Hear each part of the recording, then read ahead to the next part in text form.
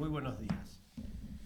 Estamos acá hoy con Ariel nuevamente, que la verdad que lo jodí un poco porque el día del lunes pasado fui a escuchar una charla que pintaba como muy interesante, que tenía que ver con la influencia de las potencias en Latinoamérica. En función de eso, se me ocurrió pedirle a Ariel que haga un trabajito que tiene que ver con la influencia de Inglaterra en lo que fue el Río de la Plata. Así que primero voy a empezar con mi parte y después Ariel va a desarrollar el tema. ¿Y por qué le pedí esto? Porque la charla que presencié realmente me dio vergüenza ajena. Entonces, totalmente falta de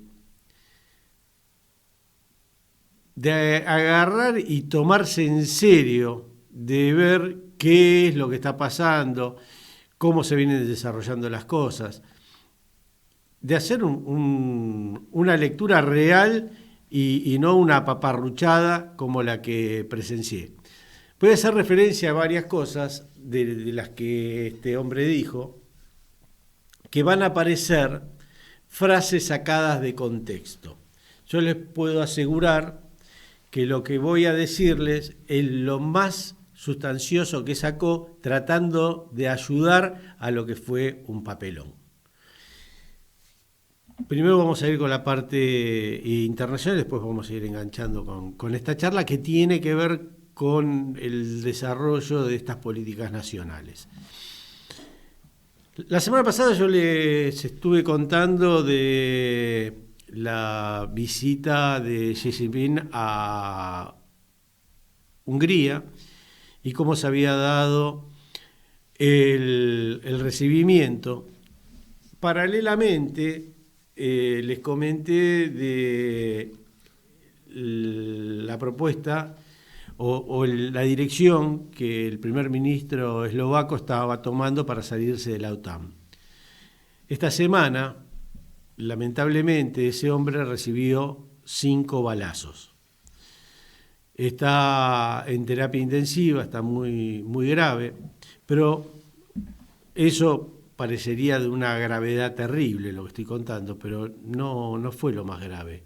Lo más grave fueron las declaraciones de un alto funcionario de la Unión Europea diciendo de que esos balazos los había tenido por pensar como pensaba. Entonces, a ver, nosotros que acá vivimos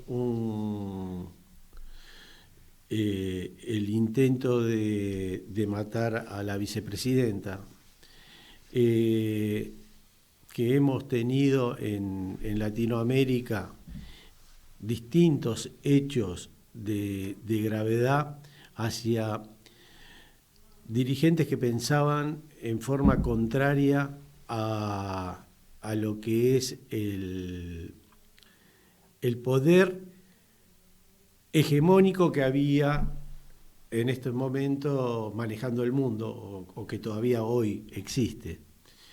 Porque tendríamos que hablar lo que le pasó a Lugo, lo que le pasó a Lula, lo que le pasó a Cristina. No son casualidades y no están desconectados con lo que pasó ahora con el eslovaco. Están todos muy, muy, muy, muy relacionados, porque todos siguen una misma matriz. Yo les vengo contando de la guerra y qué se descubrió hoy del por qué el avance tan impresionante que está teniendo Rusia.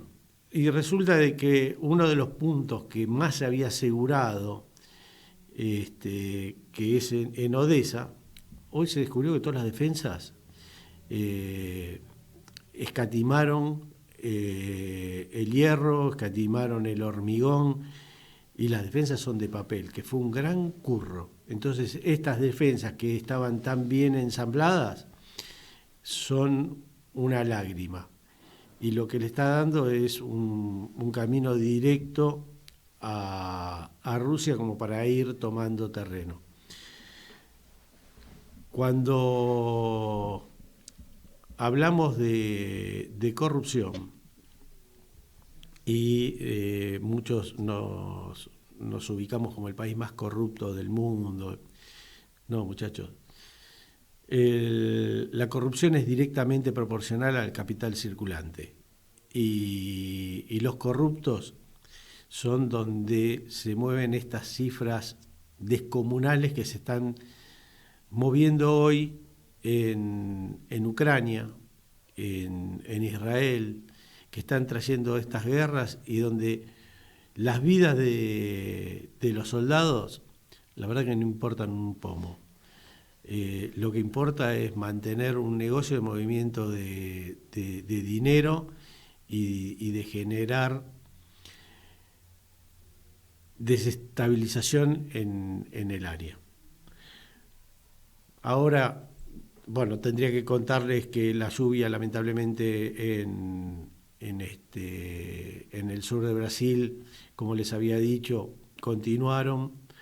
Hoy estamos recibiendo el agua que viene bajando por el río Uruguay, y Concordia y el Delta ya están recibiendo zonas de inundación. El río Uruguay superó la cota de 14 metros, con lo cual está complicado y se va a seguir complicando. Esta semana ya aparentemente empezaría a aflojar el tema de las lluvias, y esperemos que dure y que le dé tiempo a recuperar algo, cosas que están totalmente destruidas en Porto Alegre y las regiones del sur de Brasil. Pero bueno, ahora vamos a entrar con lo que pasó en esta charla. El joven que dio la charla, el título era muy bueno, pero se centró en los acuerdos con Estados Unidos y los beneficios que nos traía.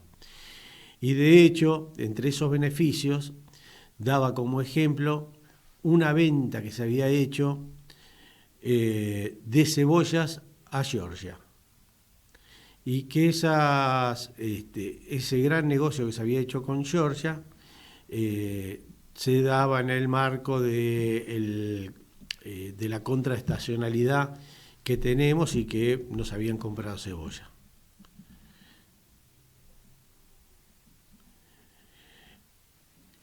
Para agarrar y contar algo bueno del acercamiento que teníamos.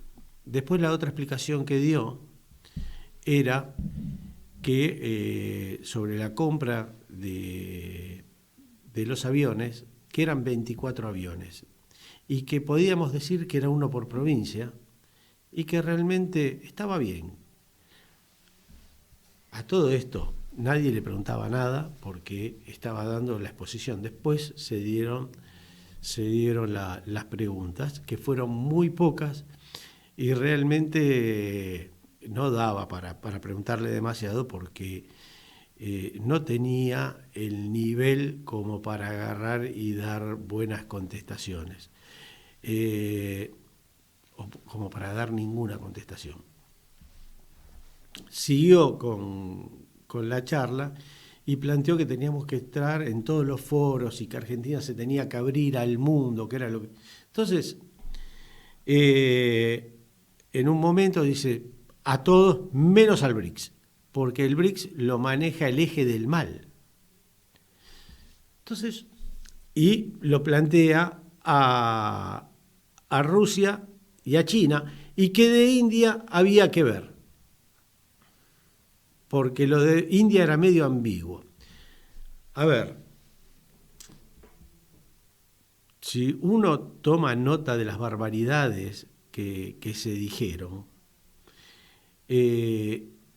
y ese relato es el mismo relato que tienen cuando defienden una ley, cuando defienden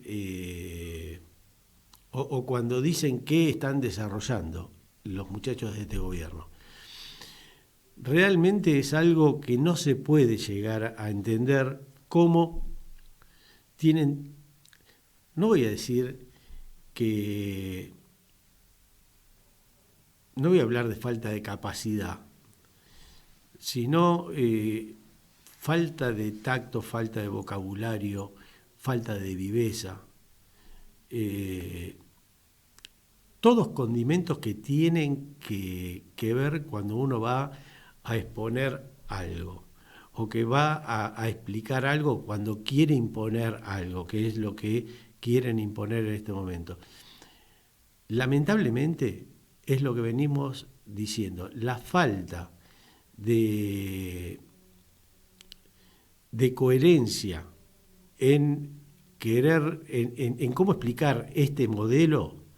Yo no sé si no lo da el modelo o estos muchachos se prepararon para hablar con jóvenes que todo tiene que pasar en 5 minutos, entonces no se toman el tiempo para agarrar y desarrollar nada. Por ahí soy yo, que ya me estoy convirtiendo en viejo y pienso que hay que darle un tiempo a todo y un desarrollo y un estudio a todo, ¿no? Bueno, creo que le defendí la charla en estas palabras que dije. ¿Por qué? Porque si llega a escucharlas, no es para fustigarlo. Si llega a escuchar mis palabras, no es para fustigarlo, por favor. Es para que se prepare cuando va a dar una charla. Es para que, por lo menos le diga a la mamá, mamá, a ver, voy a dar una charla, ¿qué te parece esto? Seguramente le va a decir, nene, no vayas porque vas a pasar vergüenza, prepárate, estudiá, armá algo. O sea, pusieron unas láminas, un láser para mostrar el nada mismo, para no explicar nada. O sea, no era que le faltaba tecnología o materiales, no, le faltaba contenido, le faltaba todo. Así que, te repito, si llegás a escucharlo, estas palabras, no te sientas mal, no, aprovechalas, tomalas y prepárate. Y prepárate, es muy feo agarrar y saber que fuiste a dar un papelón.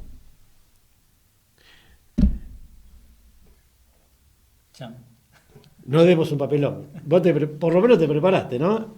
Bueno, a ver, hablemos un poco de los ingleses. A ver, escuchá esto, a ver, qué sé yo, por ahí algo te sirve. Vamos a hablar de historia, así, por lo menos con información, con datos, algo que te sirva para poder, o que les sirva, porque no sos vos solo, son todo este grupo de muchachos que salen a hablar sin prepararse. Entonces, a ver si podemos ayudarlos. ¿Qué tal? Buenas tardes. Bueno, no soy ejemplo de nada, simplemente lo que viene el 25 de mayo, una fecha patria muy importante, siempre planteamos, bueno, ¿qué patria es la que celebramos? Y entonces ahí vienen los orígenes de la patria. Entonces, en este proceso, pareció interesante que podamos ver, entonces, bueno, plantear cómo se llega a la Revolución de Mayo, pasando previamente por la importancia que tuvo para ese proceso las invasiones inglesas, entonces, y se llega a las invasiones inglesas, también a partir de entender un poco el proceso de la economía mundial y la injerencia que tuvo Inglaterra y sus intereses que tuvo Inglaterra, fundamentalmente en el Río de la Plata, cómo interviene directamente en todo el proceso de independencia también. Entonces, pegarle una vueltita por ese lado nos vendría bien como para ir refrescando algunas de las cosas que pasó. Así que vamos a tomar como núcleo de partida, para ir un poquito hacia adelante y un poquito hacia atrás, pero para entender el proceso fue la creación del Virreinato del Río de la Plata. Antes todo el proceso virreinal se dirigía por el virreinato más importante que tenía acá, el Virreinato del Perú. El Virreinato del Perú era el que marcaba también el monopolio que se tenía comercial y el control que tenían los españoles en función de las salidas del oro y de la plata, de todo lo que se extraía en oro, de todas las riquezas sudamericanas. Ahora bien, sucede que la expansión que va teniendo Inglaterra, la expansión que va teniendo el continente también, el avance portugués en el continente, hacen que no alcance un solo foco como para mantener esa estructura de control que estaba necesitando el rey de España. Entonces se crea el Virreinato del Río de la Plata en 1776. Esto es un hecho muy importante porque antes Buenos Aires existía, pero era una aldea, el puerto no estaba habilitado y se comerciaba poco, digamos. Lo que llegaba, oficialmente llegaban, debían llegar por tierra, la mayoría de las mercancías, lo que llegaba era lo último que quedaba, porque era todo el recorrido que se hacía por Sudamérica hasta llegar a la última ciudad que era Buenos Aires. Y entonces lo que entraba era por contrabando, digamos. Los barcos llegaban mercaderías y la bajaban de contrabando, y era un poco la posibilidad de que tuviera algún tipo de acceso a mercancías Buenos Aires. Ahora bien, la creación del Virreinato del Río de la Plata habilita el puerto. De alguna manera es una medida que tiene una implicancia económica muy importante, y es una medida estratégica política, digamos, de parte de Carlos IV, porque es un hecho de que Carlos III, perdón, estamos hablando de 1776, la fundación del virreinato genera, por un lado, que se blanquee un poco esta situación de contrabando, poner una mirada estratégica sobre esto y sobre los avances que estaba teniendo fundamentalmente Inglaterra en este proceso. Ahora bien, el monopolio España estaba llevando adelante una economía centralmente mercantilista, que era la extracción de materias primas. Fundamentalmente, más que materias primas, era centralmente el oro y la plata. El oro y la plata, el resto... Directamente del Potosí. Entonces lo que se hace es, en lugar de sacarle el oro y la plata por el Perú, pasar por tierra y después por el Mar Caribe hasta llevarla a España, lo que hace es básicamente habilitar el puerto de Buenos Aires, hacer una ruta más segura, y a partir del puerto sacar directamente por el puerto de Buenos Aires hacia el puerto primero de Sevilla, después de Cádiz, digamos, ¿no? Porque en un momento... ahí entra un tema de que entrar a variar la salida del oro. No salía siempre por el mismo lugar, iba saliendo por distintos lados, porque los ingleses, los franceses, todos estaban, los mismos piratas, estaban tratando de rapiñarlo. Entonces se le buscaba sacarlo uno por arriba, otro por abajo, buscarle la vuelta. Y pasarlo por Perú, el problema que tenías era que Panamá no existía, claramente el pasaje de Panamá, tenías que ir por el sur o pegar toda la vuelta al mundo. Si vos pegabas toda la vuelta al mundo, el problema que tenías, que era sobre Asia, el control era portugués. Entonces, o te cazaban por ahí, o tenías muchas posibilidades de romper el barco en el estrecho de Magallanes. Entonces, la posibilidad de llevarlo o al Caribe o a Buenos Aires te daba mucha más seguridad. Y tenías que lidiar nada más que contra los saqueadores. La economía de España estaba basada centralmente en el oro y la plata que recibían de acá. Tenían ahí para entonces poder financiar las guerras, sostener el lujo palaciego que sostenían, y darse la posibilidad de justamente de todos los lujos que tenía la corte. ¿Por qué digo esto? Porque no tenían para nada factorías, o sea, no había demasiada producción ni permitían que el Río de la Plata les dé, por ejemplo, carne, cuero, tasajo, lo que fuera, cebada, cosas, cebo, más que nada, porque eran elementos que allá no lo procesaban, no tenían factorías. Entonces no enriquecía el comercio de Buenos Aires la posibilidad de tener de comerciar en forma monopólica con España, porque a España no le interesaba esa materia prima porque no las procesaban. Entonces, que sí le interesaba era Inglaterra. Entonces, mucho de ese contrabando pasaba por la necesidad de comercio que se tenía acá en Buenos Aires. ¿Y por qué? Porque Buenos Aires es básicamente ganadera. No tenía una producción mineral. La producción mineral venía del Potosí, digamos. Entonces, el contrabando pasa a ser una de las economías fundamentales con las cuales empieza a enriquecerse toda una élite porteña que se enriquece con todo esto y después comienza a mandar sus hijos a Europa.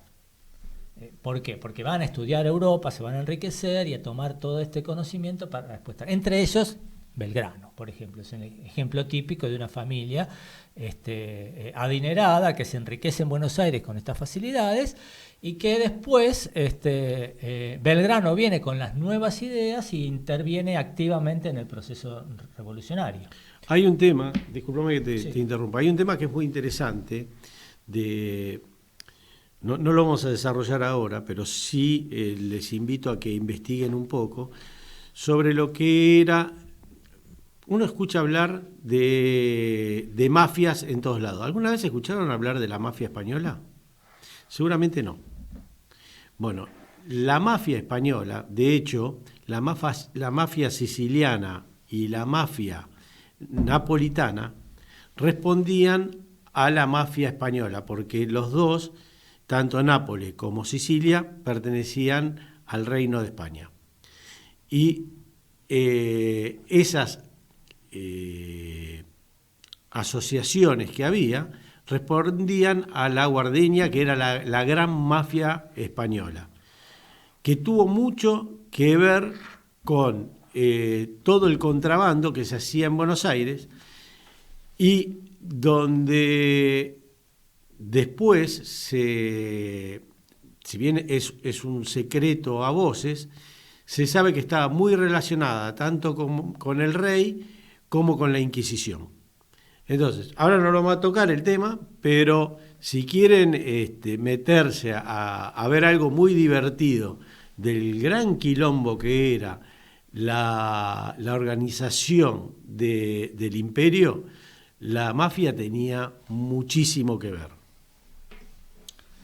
Bien, en 1776 se crea. En 1778, 2 años más tarde, se ven obligados en España a suprimir ese monopolio, que solamente se comerciara con barcos que vinieran de Cádiz, digamos.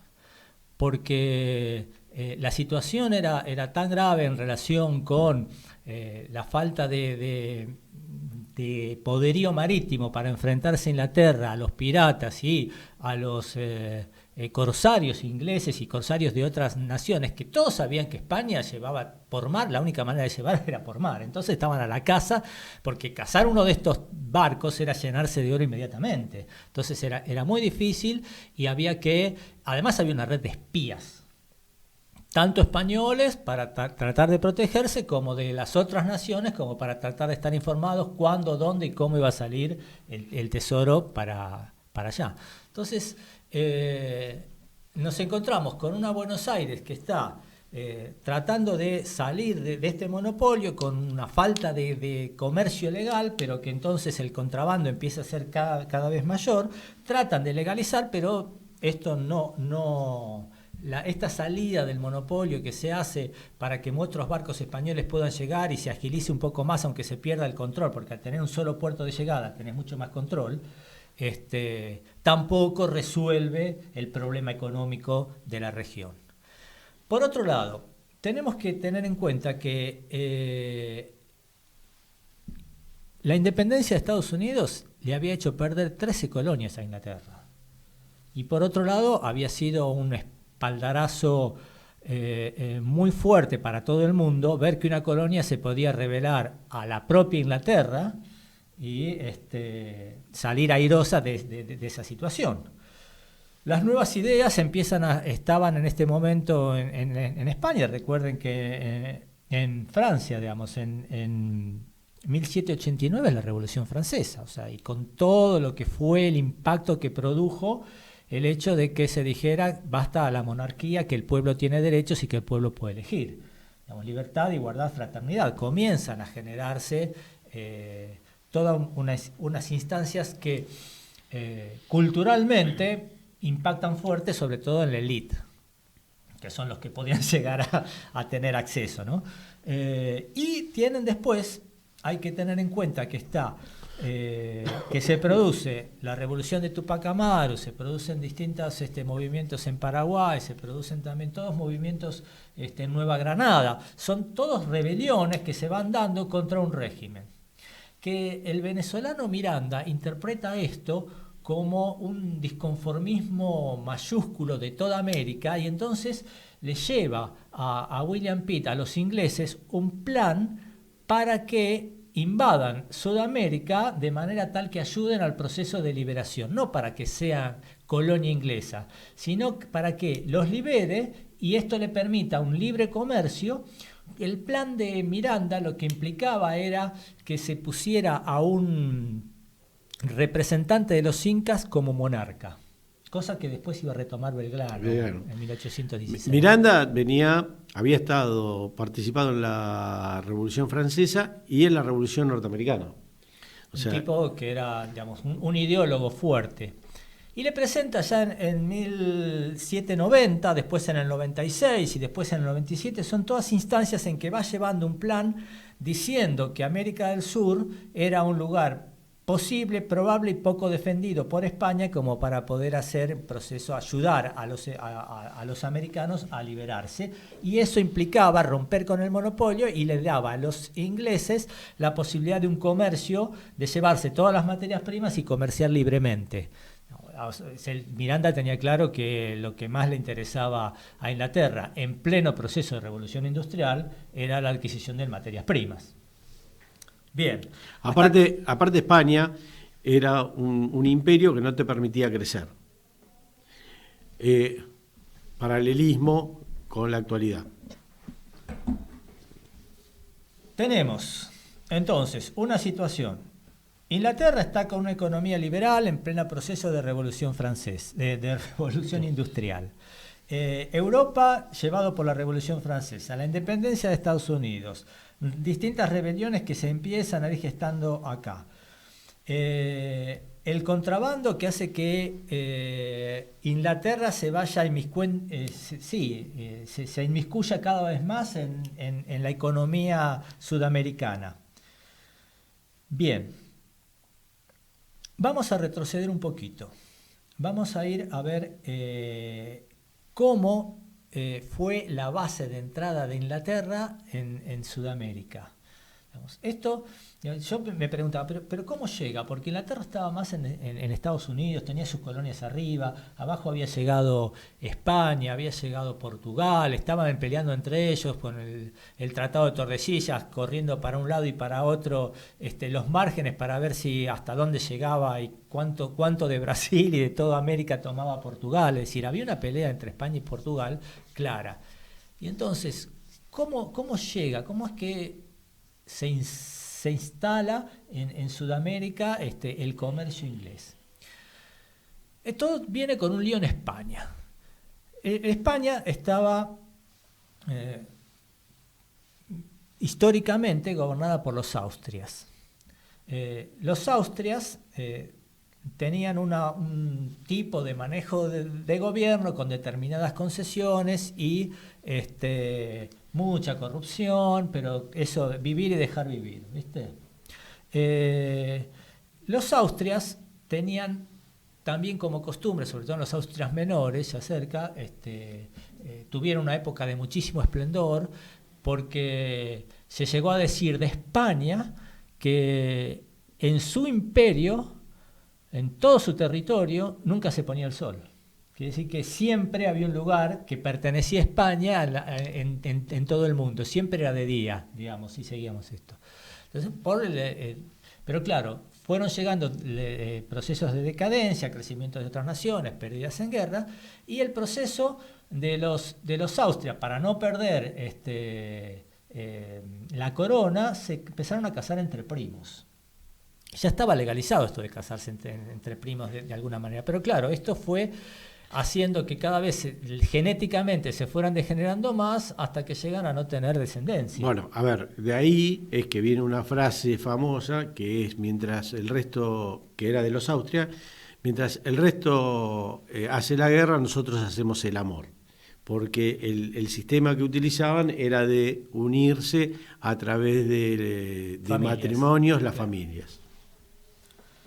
Bien, entonces, cuando no tienen hijos, ahí empieza la guerra de sucesión al trono. Y ahí se empiezan a pelear entre todos a quién le correspondía. Fue una guerra larga, una guerra carísima, que ganan los Borbones. De alguna manera ahí surge de los Austria, pasamos a la dinastía de los Borbones, que son los que siguen hasta ahora. El rey de España es Borbón, digamos, ¿no? Los Borbones, de origen francés en principio, así que la dinastía de los Borbones toma. La dinastía de los Borbones va a traer cambios en la administración, cambios importantes en ese sentido, pero ¿a dónde íbamos nosotros? A que la guerra esta trae en la paz de Utrecht, que se da en 1713, recordamos, estamos el 1776 fue la fundación del Virreinato del Río de la Plata. Estamos volviendo antes. En 1713, en la paz de Utrecht, cuando toman los Borbones y se da esa situación, una de las cláusulas centrales era que Inglaterra se quedaba con el asentamiento en toda Sudamérica de la plaza de esclavos.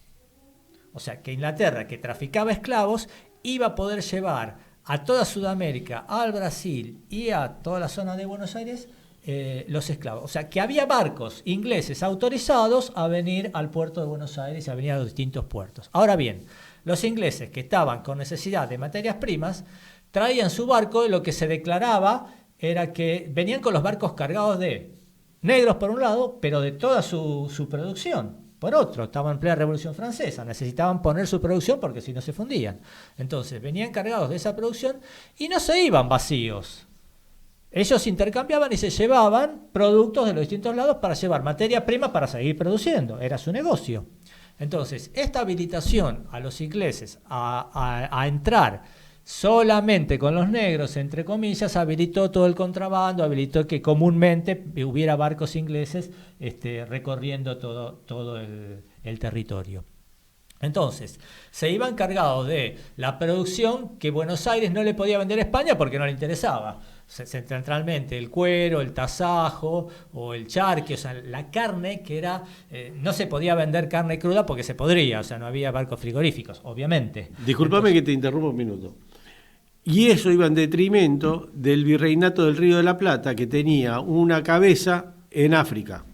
Lo que hoy es Nueva Guinea pertenecía a el Virreinato del Río de la Plata, que era donde los españoles traían negros.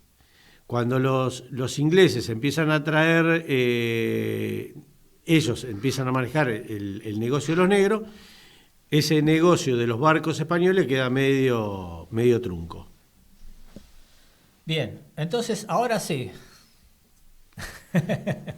Y vamos a empezar a los besos acá con Ariel, si seguía oscureciendo. Bueno, ahora sí.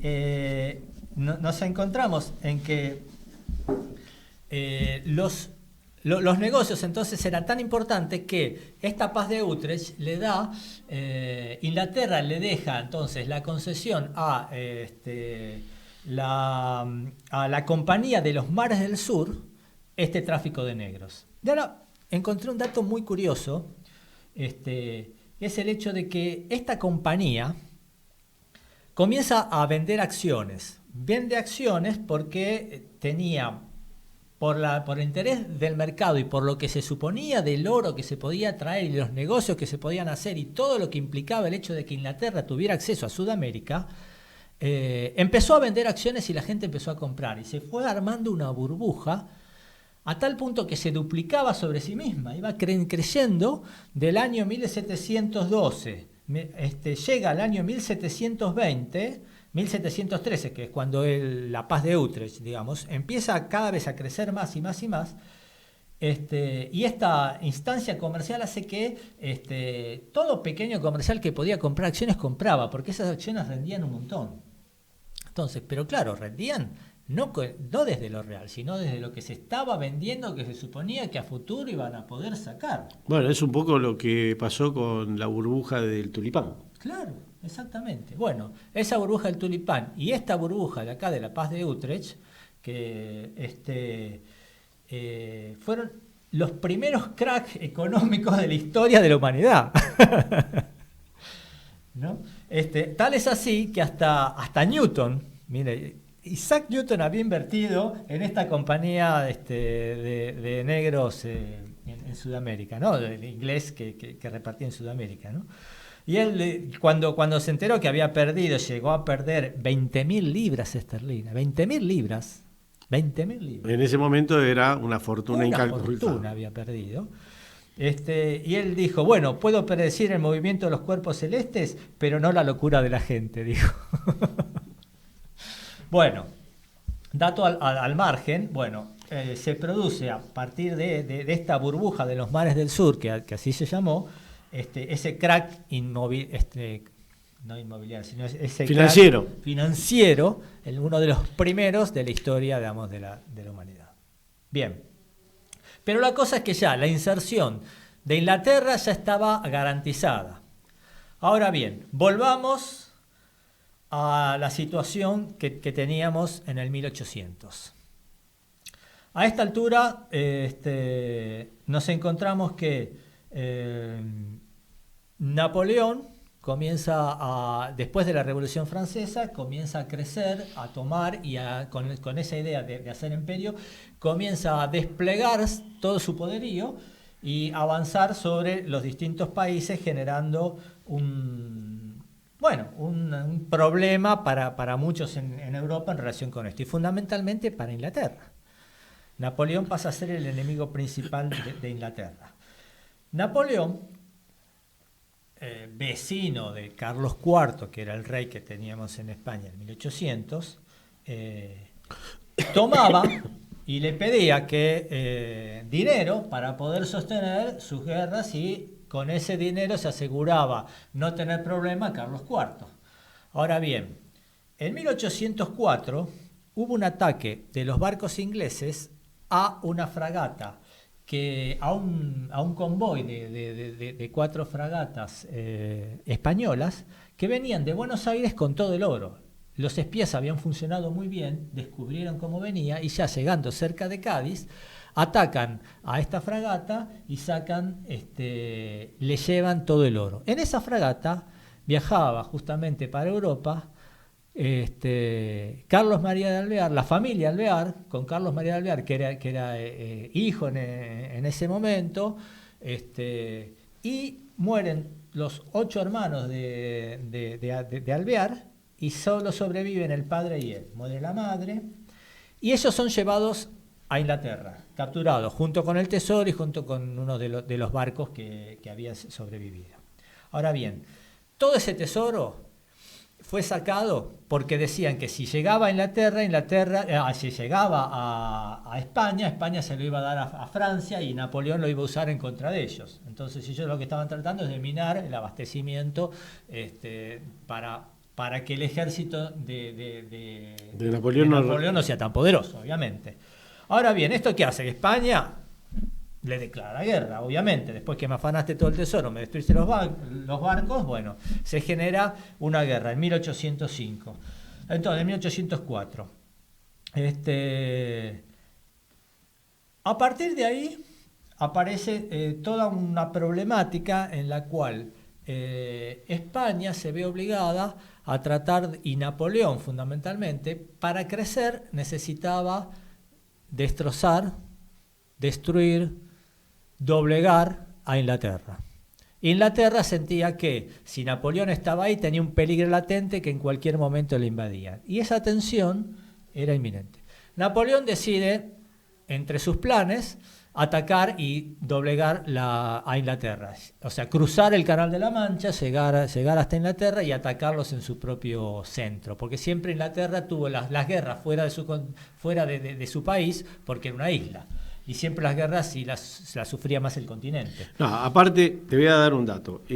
¿Por qué no atacaban a Inglaterra?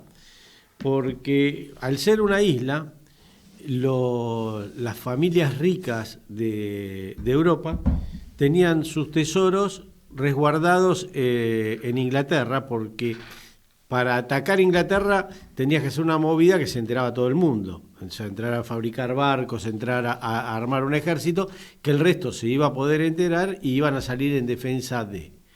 ¿Qué fue lo que pasó? En determinado momento, todo ese, que es lo que le pasó a Francia, cuando fue tantos años estar bajo el yugo inglés, porque las familias ricas de Francia tenían todo su dinero en Inglaterra, entonces no querían atacar a Inglaterra porque tenían miedo de perder sus riquezas y fueron funcionales al crecimiento de Inglaterra como imperio. Bien, en esta época entonces nos encontramos con que Napoleón genera un plan. Es decir, vamos a tomar la Armada Española, la vamos a unir con la Armada Francesa. Armaron lo que se llama se gestó a partir de esta unión lo que ellos llamaron la Armada Invencible, porque eran una cantidad de barcos impresionantes.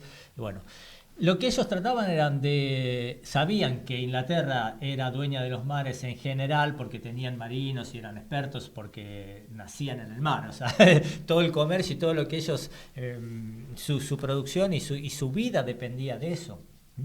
Entonces, enfrentarse contra ellos era un tema, sobre todo porque tenían al almirante Horatius Nelson, que era un capo militar de estos una estratega militar de primera. Entonces ellos deciden distraerlo, tratar de llevarlo hacia el Caribe, fingiendo que iban a atacar esa zona para tratar de sacarlos y distraerlos.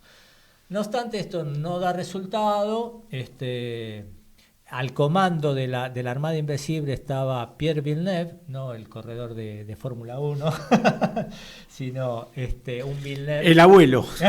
No sé qué parentesco tendría o no, pero bueno, Villeneuve, Pierre Charles Villeneuve, era el que comandaba la Armada Invencible. Este tipo decide en un momento, queda atrapado ahí en Cádiz,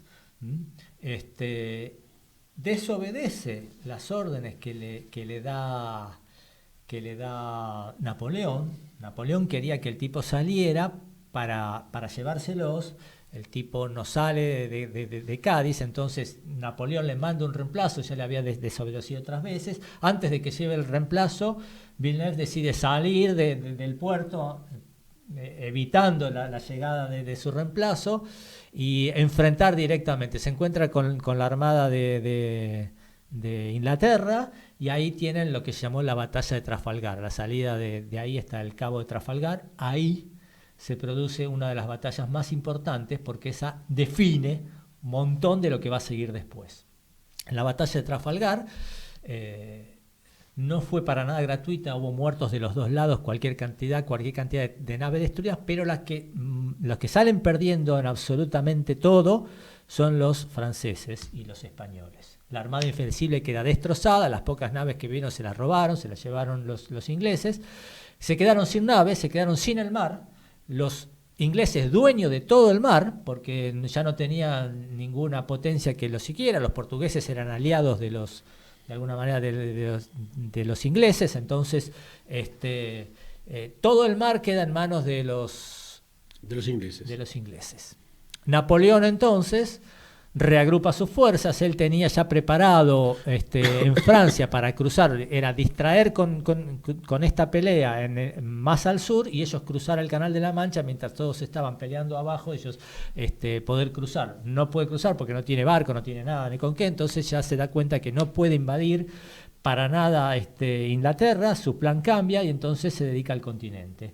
Y esto, en 40 días más tarde, está la famosa batalla de Austerlitz, donde vence al ejército prusiano y se queda dueño de todo el continente. Ahí de nuevo manda a construir el Arco del Triunfo en plena Francia, y Napoleón queda dueño de todo el continente.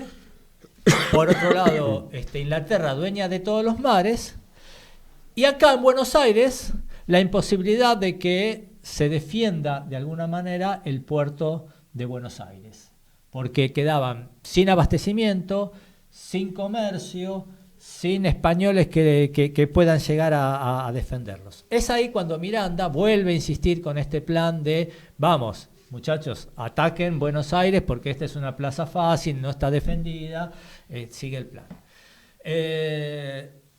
En principio, por otros inconvenientes, William Pitt, almirante de Inglaterra, decide todavía no atacar, pero entonces Popham se alista de voluntario a la captura del Cabo de Buena Esperanza, que eran de los holandeses, los Países Bajos actualmente, que tenían ese lugar y estaban aliados con los españoles. Entonces, bueno, vamos a sacarle la colonia del Cabo de Sudáfrica. Así que cuando están allá, es famoso que reciben la información que Buenos Aires va a recibir de nuevo un tesoro muy grande que está acumulando. A Buenos Aires va acumulando la llegada de la cantidad de oro que viene del Potosí y no tiene cómo mandarlo. Entonces, ya que no se lo puede robar los barcos, vamos a robarlo a Buenos Aires. Entonces, ahí es cuando Popham insiste en esta idea de ir para allá, y bueno, ahí Guillermo Carbereford lo ascienden a general, lo ponen por encima de Popham y le dice, bueno, vayan para Buenos Aires. Y ahí desde el Cabo de Buena Esperanza parten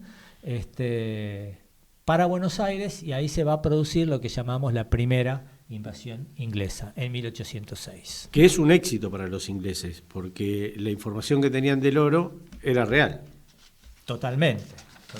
Las invasiones inglesas, bueno, a partir de 1806, de alguna manera con los espías, Sobremonte, que era el virrey que estaba acá, sabía que iban a llegar para el Río de la Plata. Pero todo indicaba que lo más fácil de atacar era Montevideo, que la plaza más fácil era Montevideo. Entonces, habían mandado a reforzar con hombres de Buenos Aires la plaza de Montevideo. Entonces, sucede que los ingleses entran directamente a Buenos Aires. Bombardean un poco la ciudad y se bajan en Quilmes, y de Quilmes empiezan a avanzar directamente cruzan el riachuelo y empiezan a avanzar hacia Buenos Aires. Cuando se enteran de esto, Sobremonte estaba en el teatro viendo el Cid de las Niñas, estaba en otra totalmente, que lo viene a interrumpir y dice, che, nos están atacando, algo está pasando acá. Entonces dice, no, resguardémonos, no hagamos nada y resguardemos Buenos Aires.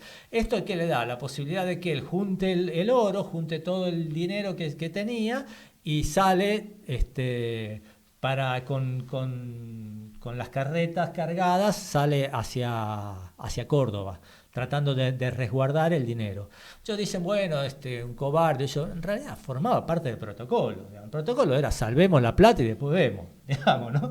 Entonces el tipo caza la guita y se las toma, y se arréglense como pueda. Con lo cual Buenos Aires se rinde fácil. O sea, llega el ejército, un ejército, en realidad era un ejército chico, eran 1.500 hombres. Para esa época era un ejército muy chico, también era un ejército muy importante, porque era el ejército 71 de escoceses, era un ejército que venía invicto, ya había participado en guerras contra Napoleón, en Sicilia, había participado en distintos instancias y en todas había ganado. La verdad que eran profesionales que llegaron acá, y bueno, fue todo un impacto ver la entrada triunfal que ellos hacen hacia Buenos Aires. La plaza se rinde, vienen todos los honores hacia Bereford. Bereford, como sabía que no tenía demasiada cantidad de gente, quiere congraciarse rápidamente con los vecinos, con la gente más acaudalada de Buenos Aires. Hace una serie de concesiones, decreta el libre comercio, le van a dar concesiones para la aduana para que sea fácil y rápido y barato poder establecer comercio. O sea, con todos los comerciantes que estaban ávidos de poder tener riquezas, eso establecen pautas muy convenientes y lo pone a cargo de la aduana a un tal Martínez de Oz. ¿Le suena? Compañero. Bueno, Martínez de Oz... En cualquier momento vamos a ver un busto de Martínez de Oz en el Ministerio de Economía o en algún lado, porque es lo que vienen haciendo estos muchachos. Bueno, es historia. Es historia. Sí, por eso lo van a hacer. No, pero no van a poner el busto de Sí, van a poner el busto del otro, del orejón. Bueno, todas las autoridades le declaran honor y le rinden tributo, y por otro lado le juran fidelidad al rey Jorge III, o sea que se comprometen a responder a los intereses de Inglaterra, y terminan delatando a Sobremonte su huida y el dinero, dónde estaba, cómo lo podían llegar a conseguir, porque lo primero que pide Bereford es dónde está la guita, y los vecinos de ahí, a cambio de que le devuelva todos los barcos que ellos necesitaban para comerciar. Dice, si nos devolvés los barcos, te decimos dónde está el dinero. Bueno, les convenía. Entonces ellos le ceden los barcos para que se establezca el libre comercio y ellos puedan seguir creciendo comercialmente, y se van a cazar a Sobremonte. Lo encuentran a la altura de Luján, hacía como 3 días que ya había rajado, pero lo encuentran en Luján porque los caminos eran desastrosos, era muy, muy difícil avanzar rápidamente en esa época. No tenían nafta para la Ferrari, así que lo engancharon rápido. Es ahí cuando se quedan con el dinero, no les interesa capturarlo a Sobremonte porque piensan que si lo traían a Buenos Aires, la figura de él podía entorpecer las negociaciones que estaba llevando con los españoles Bereford. Entonces Sobremonte sigue hacia Córdoba, pero todo el dinero vuelve hacia Buenos Aires, se reparte una parte como habían quedado entre todos los que habían capturado, pone la bandera inglesa. Durante 46 días flamea en Buenos Aires la bandera inglesa, así que Buenos Aires fue inglesa durante un mes y medio, y durante esa época comienzan toda una trama de negociaciones y demás que va a ser muy interesante ver cómo se va desarrollando. En ese instante ya sale los barcos con el oro para Inglaterra.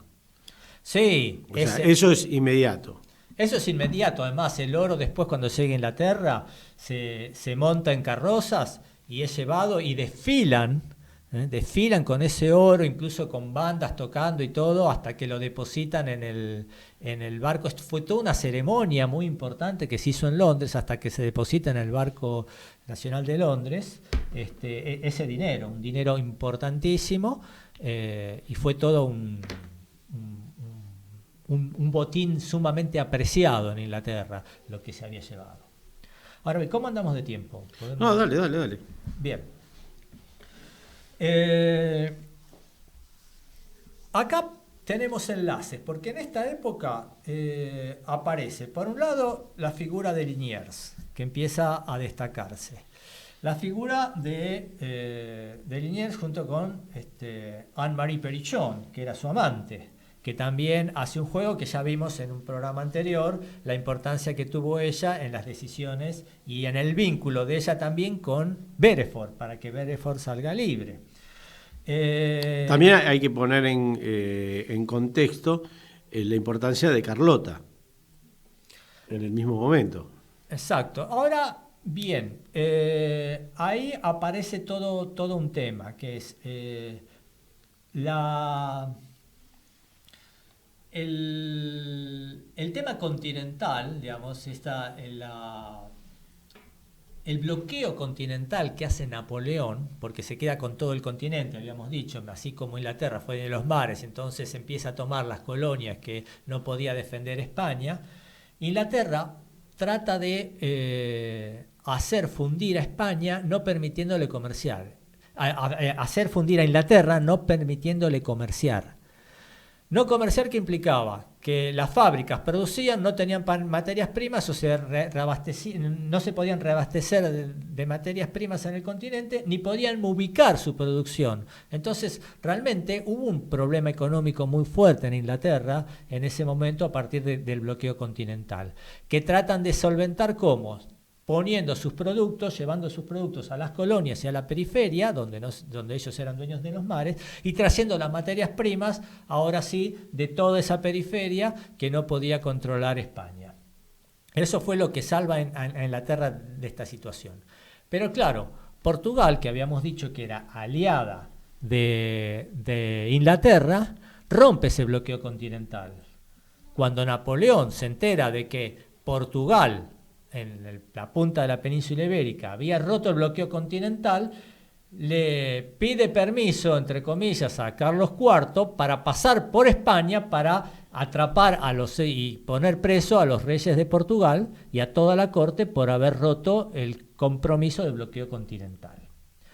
Instigados por Inglaterra, la corte, en lugar de defenderse, la corte sabiendo que iba a ser invadido por Napoleón, trasladan en un acto increíble toda la corte, pero todos, se llevaron hasta el loro, el perro, todo, le facilita los barcos a Inglaterra y toda la corte de Portugal se traslada directamente hacia Brasil, a Río de Janeiro.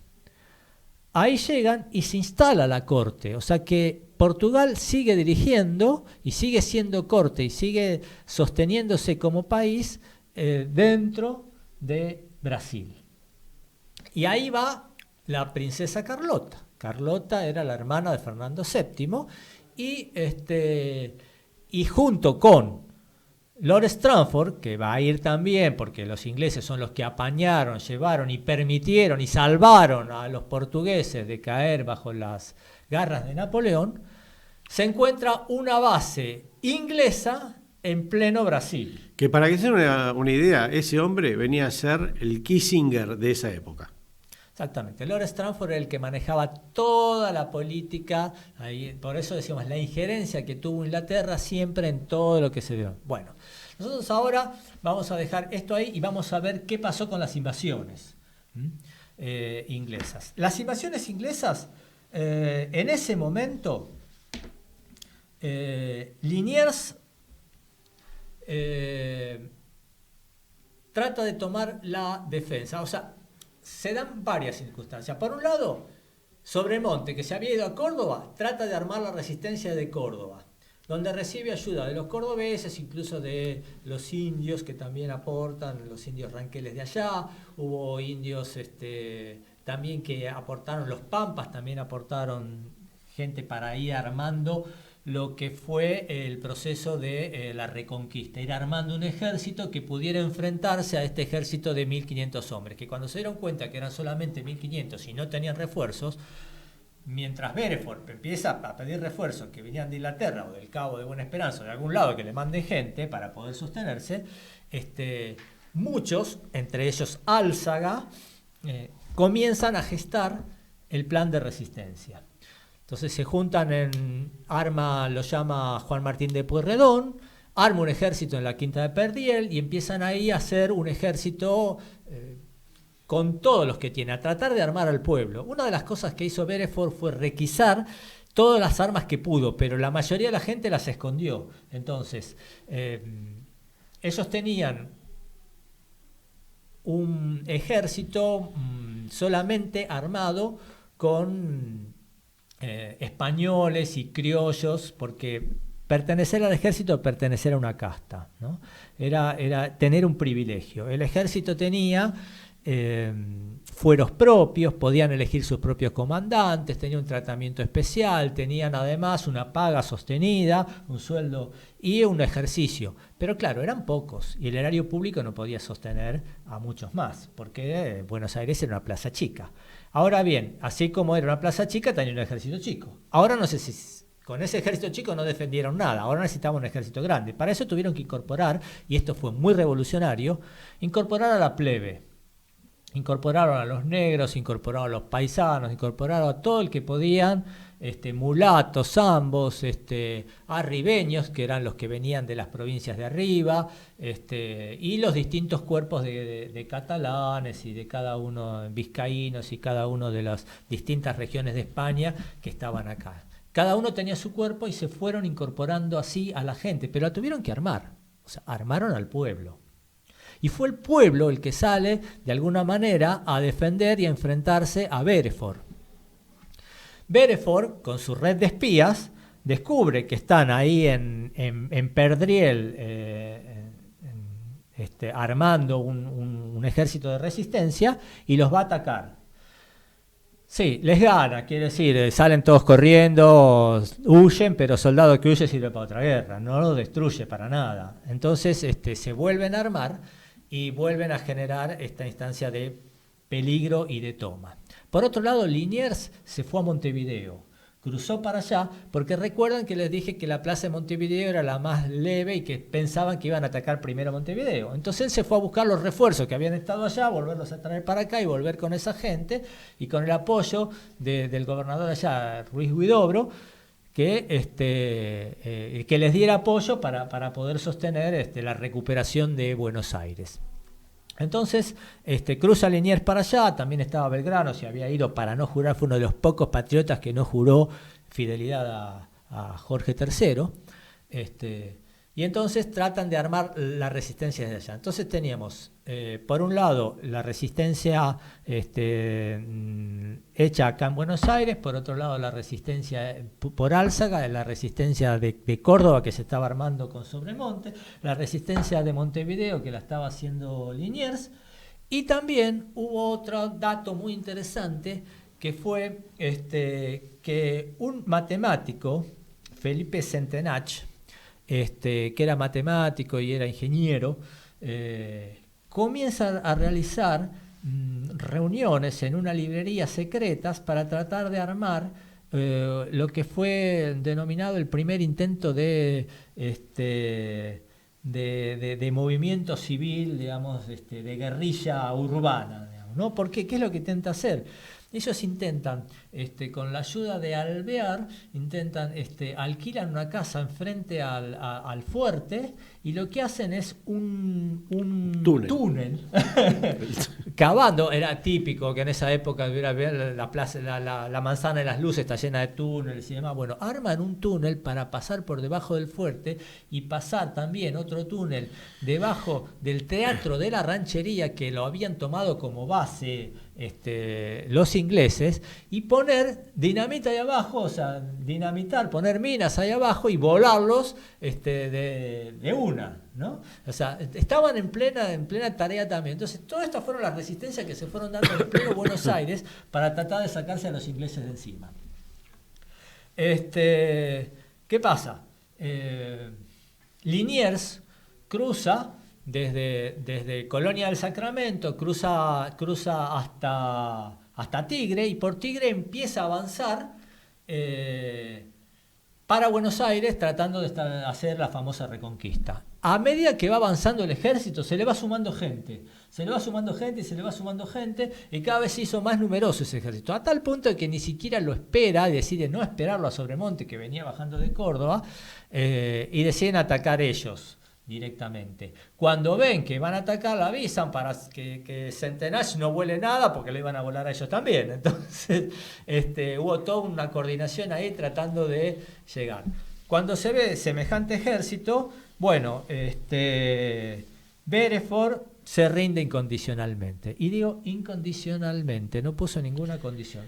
Y es muy importante la palabra incondicional, porque a partir de esa palabra, después hay un hecho bastante importante, que es el que hace la Perichona, para cambiar esa palabra en el documento que se realiza en la... en el acta de rendición. En el acta de rendición.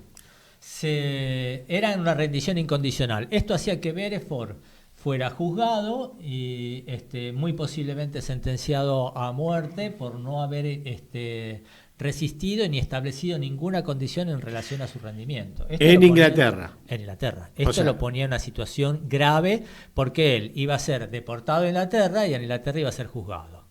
Esto le pasó a Whitelock en la segunda invasión también.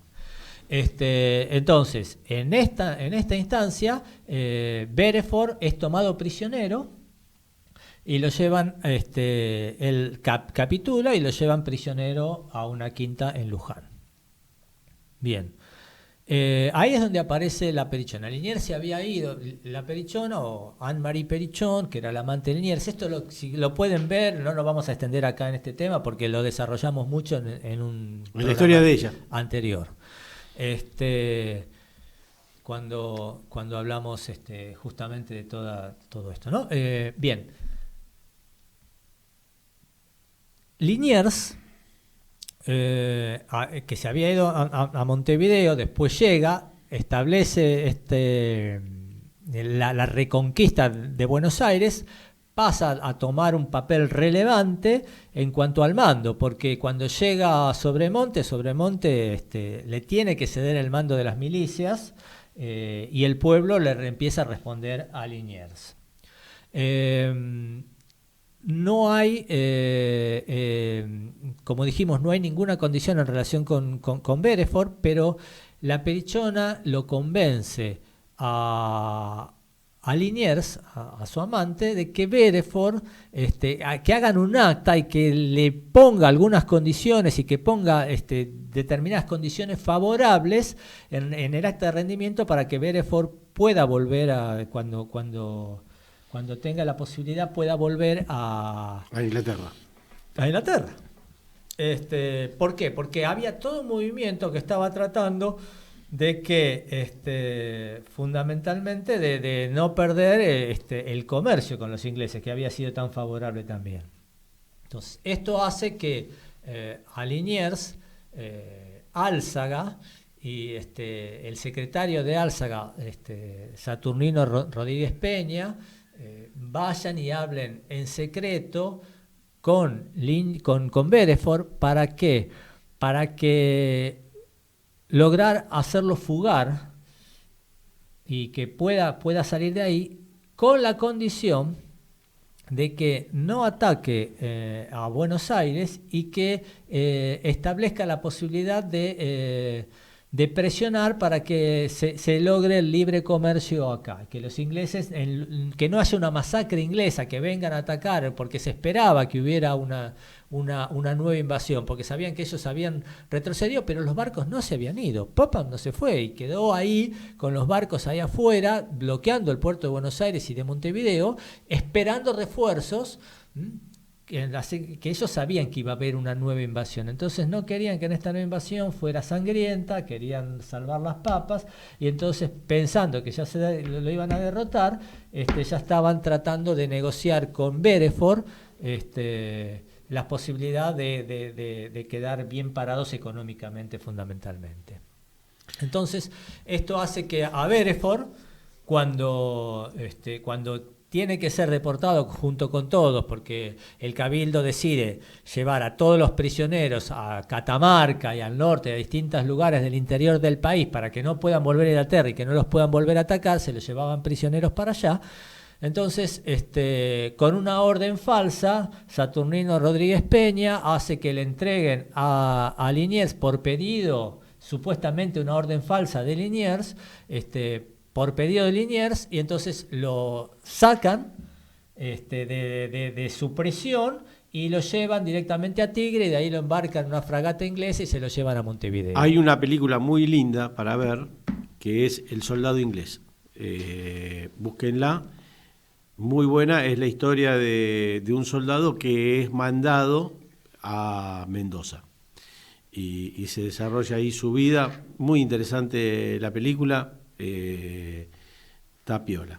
piola como para ver algo distinto a lo que vemos siempre. No está Rambo, no participa nadie de eso, pero está buena. Bueno, ¿terminamos? Entonces tenemos, como síntesis, tenemos que Buenos Aires había sido tomada por los ingleses, rescatada por Liniers. Beresford está en Montevideo.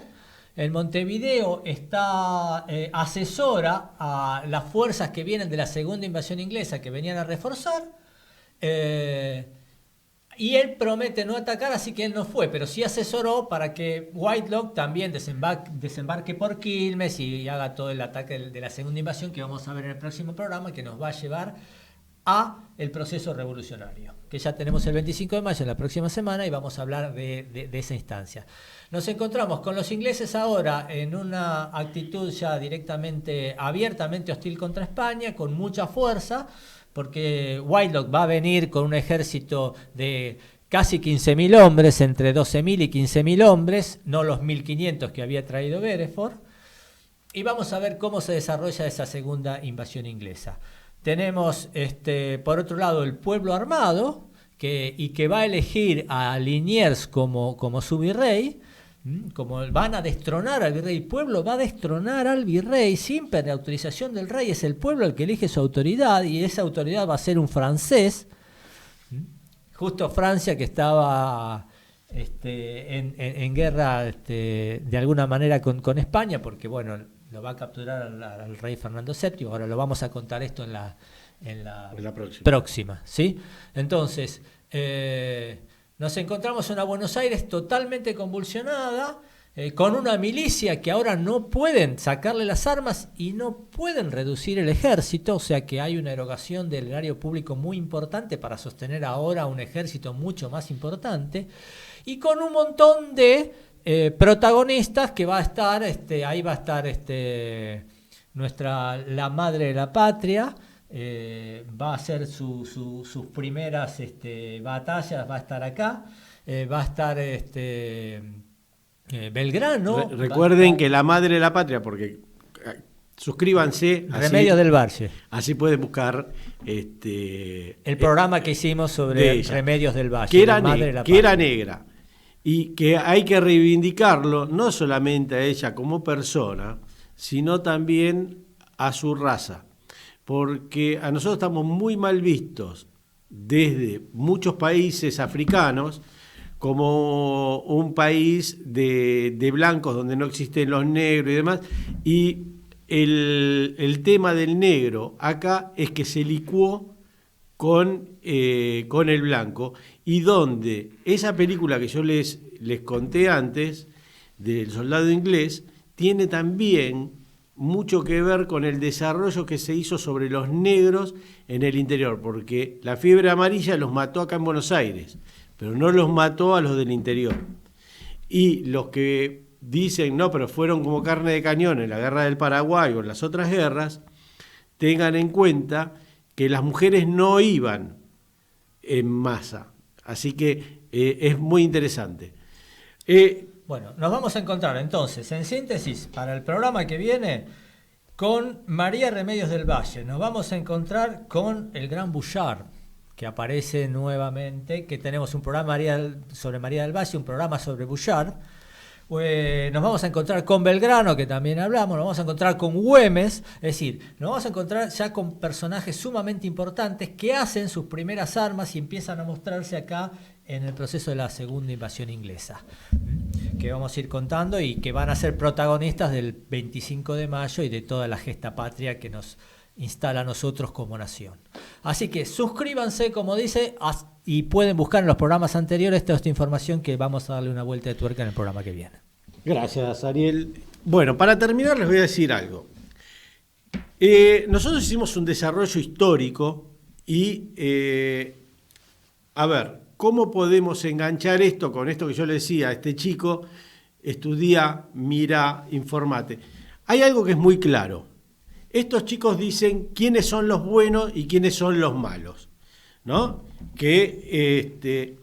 Y la realidad que eso es una falacia total. Nosotros acá hemos hablado de los ingleses, de los españoles, de los franceses, de los portugueses, que eran las potencias que dominaban el mundo en ese momento. ¿Cuál era buena y cuál era mala? Eran todos imperios, eran todos iguales, y lo que hay que ver es cómo fueron desarrollándose uno u otro. El tema son los conflictos, el tema son los intereses económicos, las posturas que adoptan cada uno frente a cada situación. Y después uno tomará postura, me gusta más esta, me gusta más aquella, estoy de acuerdo, estoy en desacuerdo con tal o cual. Pero el tema es narrar el conflicto, el problema, que es lo que es motor de la historia, de alguna manera, ¿no? Pero en el presente es entender que no hay ni buenos ni malos.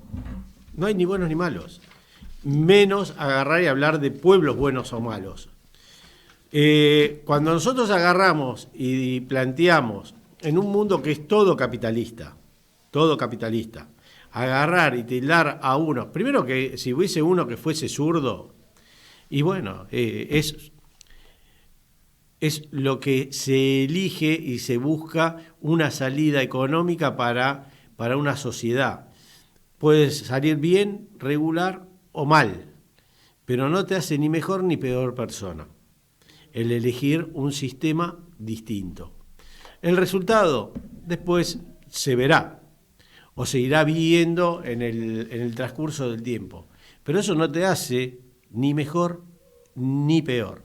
Entonces, acá, cuando se plantea que tenemos que salir de determinado grupo de países porque son el eje del mal, te están subestimando y te están tomando de tonto. Acá vos te estás ubicando en un lado de la mesa o en el otro porque hay intereses que son los que estás defendiendo. Y como no tenés una forma inteligente de defender la posición, decís la idiotez más grande que se te puede ocurrir, y lo peor no es eso. Lo peor es que hay gente que aplaude esa pelotudez. Los vemos la semana que viene, espero que les haya gustado el programa y bueno, y esperemos que esta semana a los muchachos buenos no se les ocurra pegarle 5 tiros a ninguno de los muchachos que dicen que no son tan buenos, pero que estaban con ellos hasta recién.